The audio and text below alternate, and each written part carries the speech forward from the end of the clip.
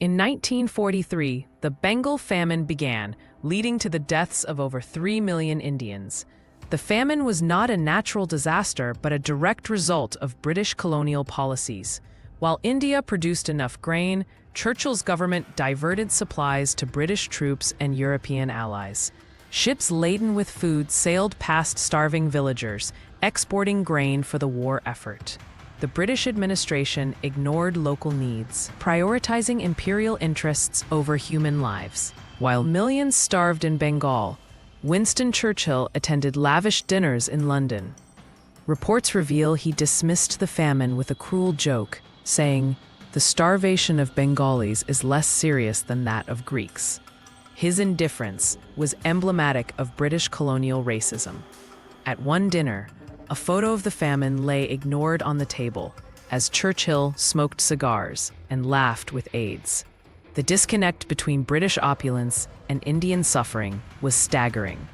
As starvation worsened, desperate Bengalis protested outside grain depots, demanding food. The British response was brutal.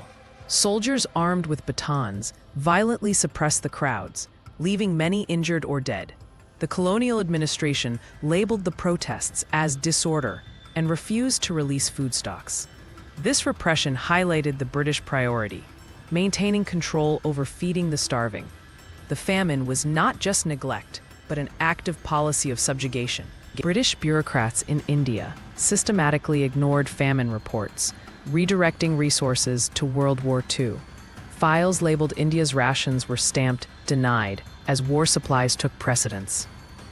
The colonial office walls were adorned with maps of European battlefields, not Bengal's starving districts.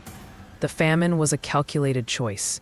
Churchill believed feeding Indians would weaken the war effort.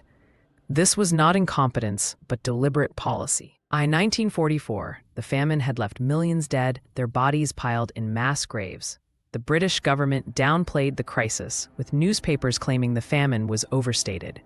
No accountability was ever sought. Churchill's statue still stands tall, while the ghosts of Bengal's starving millions haunt history. The famine remains a stark reminder of colonial brutality and the cost of imperial arrogance.